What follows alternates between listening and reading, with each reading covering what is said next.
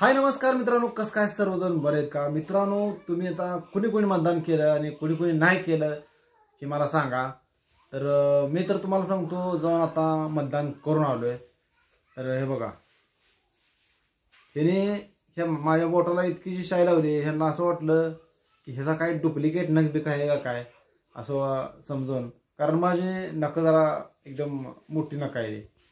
तुम्हाला सांगतो, मी मतदान करून आलोय आणि उद्याला हा व्हिडिओ येणार आहे. म्हणजे मी आज तर काय हा व्हिडिओ अपलोड करत नाही, आज खूप वेळ झाला. तर तुम्हाला सांगतो, तिथं इतकी गर्दी होती. तुम्हाला सांगतो, काय सांगतो, आमचं गाव तुम्हाला सांगतो, आमच्या गावचं 3000 मतदान आहे.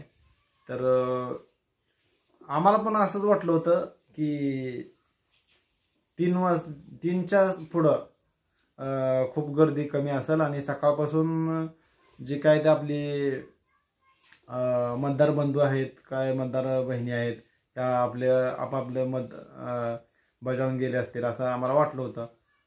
पण काय विषय झालता काय माहित नाही. पण असं प्रत्येक जण तुम्हाला सांगतो 1:30 ते 2 वाजल्यापासून जे पुढं इतकं सगळी असे पब्लिक आलं होतं ना, बाप रे बाप. असं वाटतंय मला अजून सुद्धा बघा की संध्याकाळी 7 वाजेपर्यंत तर ते पूर्ण मत करून होतील का नाही, असं सध्या तर मला वाटतंय. कारण ती 3 वाजल्यापासूनच पुढं जास्त असं गर्दी होती. आणि आता आम्ही आलोय तर अजून पण इतकी गर्दी आहे ना. तर आमची आई पण अजून आली नाही. मी सुरका बबन अजून आला नाही. बबनची बायको सुरका आम्ही पुढं आलो. तर आय, तात्या आणि बबन हे अजून पाठीमागच आहेत. तर ह्यांना कधी नंबर येतोय काय. आणि तिथं असं होतं मित्रांनो की आमच्या गावामध्ये असा विषय असतोय की मोबाईल, कुठला कॅमेरा, कुठलं न्यूज चॅनलवालं, कोण किती माणसं आलेली, किती मतदान होईल, असलं अजिबात काय सिस्टम नसते. त्याच्यामुळं मी कोणताच व्हिडिओ घेतला नाही. आणि एवढं मात्र नक्की आहे बघा मित्रांनो, आमच्या सांगोला तालुक्यामध्ये 3 उमेदवार उभा आहेत. तुम्हाला तर सगळ्यांना माहिती आहे सांगोला तालुक्यामध्ये कोण कोण उभा आहे, कोण नाही, काय आहे. तर ह्याच्यामध्ये आता तुम्ही मला कमेंट करून सांगा की फिक्स आमदार कोण निवडून येईल 23 तारखेला, आणि कसं काय होईल आणि काय, आणि कुठले कुठले कार्यकर्ते. आता काय तुम्हाला सांगतो, प्रत्येक गावामध्ये प्रत्येक उमेदवारांचं सगळं कार्यकर्ते आहेत. आता मला तर असं वाटतंय, म्हणजे असं होऊ नये बरं का. मला असं वाटतंय की एखादा जर उमेदवार त्यांनी हारला तर कार्यकर्त्यांनी कुठल्याच वाईट वाटून घेऊ नये. आणि असं बरेच कार्यकर्ते असायत बघा की त्याच्या जीवाभावाचा उमेदवार असतो आणि ते असं लई त्यांचं प्रेम असतं. जसं की आता आम्ही आमच्या हक्काच्या उमेदवाराला आम्ही मत केलं, तसं आम्हालाही वाटतं की आम्ही जे मत केलं तो उमेदवार निवडून यायला पाहिजे.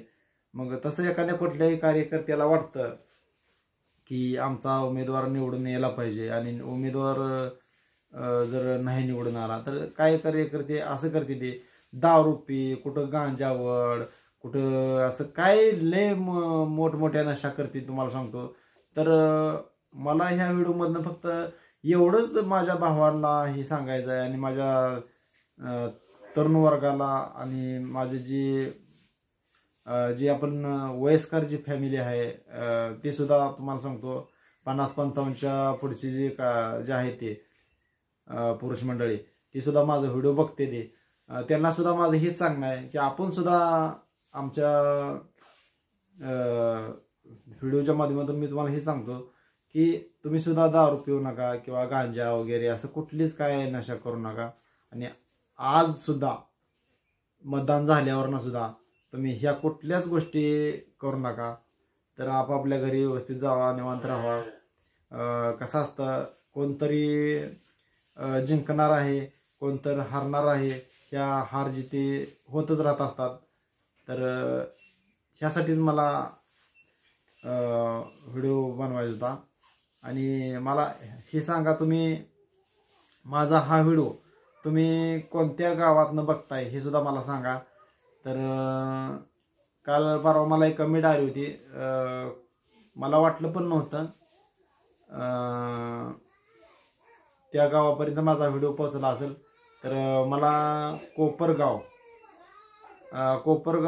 मधून मला कमेंट आली होती की त्यांनी मला विचारलं की दादा मी कोपरगाव मधून आहे, तुमचा व्हिडिओ बघतोय, तर तुम्ही कुठून आहात.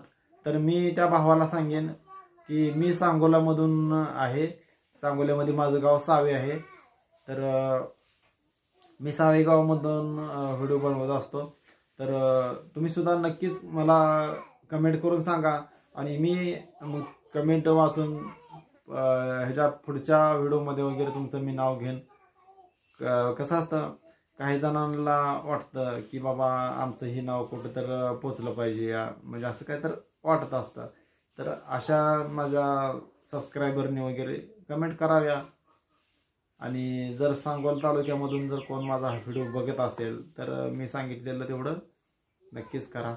आणि जी इतर तालुक्यामध्ये सुद्धा माझे व्हिडिओ बघणारे खूप जण आहेत, बहीण भाऊ वगैरे, तर बहिणीनं सांगायला पाहिजे आपल्या आपल्या मिस्टरांना की बाबा तुम्ही मतदान करा आणि लवकर या. तर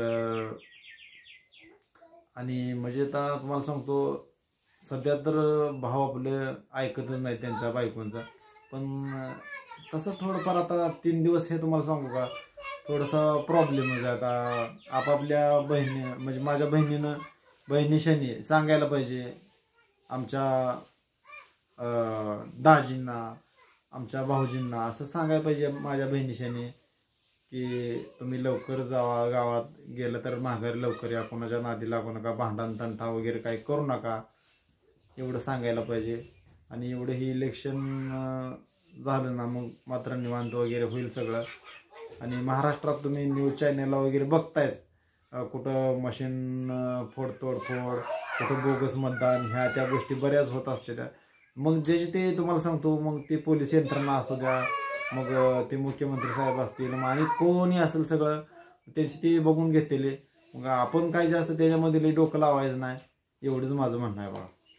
मग तुम्हाला कसं वाटतंय मला नक्कीच कमेंट करून सांगा. तर आता आम्ही तर मतदान करून आलोय, तुम्ही पण कोणी मतदान केलं कोणी नाही केलं हे मला सांगा, कुठल्या गावामधनं केलं तुम्ही हे पण सांगा. तर आजच्या व्हिडिओमध्ये मला एवढंच सांगायचं होतं, बाकी काय नाही. आणि मगाशी मी सांगितल्याप्रमाणे की कोणी नारळाच्या पाण्यावर झोपेल कार्यकर्ता असं काही करू नका, लय डिप्रेशनमध्ये जाऊ नका. एखादा जर उमेदवार हरला किंवा काय झालं तर कसं असतं, त्यांनी पहिलं कोणतं एखादा आमदार असतो, मग त्याच्यानंतर त्यांची हारजीत होतच असते. आता बघा, एखादा पैलवान फळामध्ये गेला तर ते कितीही गाजलेला पैलवान असू द्या वगैरे, तर ती डिप्रेशनमध्ये जात नसतो. फक्त ती त्याच्या मनाची एक जिद्द ठेवतो की बाबा, उदाहरणार्थ आमच्या सांगोलीत जर कुस्ती असेल तर सोलापूरचा पैलवान आला तर ते आमच्या सांगोली तालुक्यातल्या फळामध्ये जर त्याची हार झाली तर तो जाताना हीच विचार करत असतो, बाबा आपली कुठं थोडीफार कमी पडली आणि आपण अजून ताकदीनं काहीतर व्यायाम केला पाहिजे, आपण चांगलं मेहनत घेतली पाहिजे, असंच ती विचार करत असतो. आणि ह्या उमेदवारांमध्ये सुद्धा असंच होणार आहे बाबा, की कुठं हार जीत झाली तर हरलेला उमेदवार हीच विचार करत असतो, बाबा आपलं काहीतरी कुठं तर चुकलेलं असेल किंवा काहीतरी झालं असेल. पण ह्याच्यामध्ये असं होतं की उमेदवारापेक्षा कार्यकर्त्यांची खूप गोंधळ गडबड होतं आणि पाक डिप्रेशनमध्ये वगैरे जातात काही काही जण. तर मग गावाकडं न तोंड दाखवण्याचा निर्णय घेतात. असं मी बऱ्याच गोष्टी बघितल्यात आहे. काय काय लोक अशी शपथ वगैरे घेतील, 5-5 वर्ष येणार नाही घरला, तोंड दाखवणार नाही, असं तसं काय काय पैजा वगैरे लावलेल्या असते त्या. आणि ज्याने कोणी मग पैज वगैरे लावली जर असेल तर त्यांनी, मला वाटतं पैज त्यांनी ती लावलेली मोडून टाकावी. पैजीमध्ये सुद्धा कसं होतं, हाणामारी होते, हे ते गोष्टी होऊन जाते त्या. तर असं मला वाटतंय की आपण व्यवस्थित राहिलं पाहिजे आपल्या पण. आणि कोणत्याही डिप्रेशनमध्ये गेलं नाही पाहिजे. तर हार जिथं होत असते. आणि आम्ही तर आता तुम्हाला सांगतो मतदान करून आलो आहे. तुम्हीसुद्धा केलं का नाही मला नक्कीच कमेंट करून सांगा. तर चला मित्रांनो, आजच्या व्हिडिओमध्ये मला हेच सांगायचं होतं. Bye bye.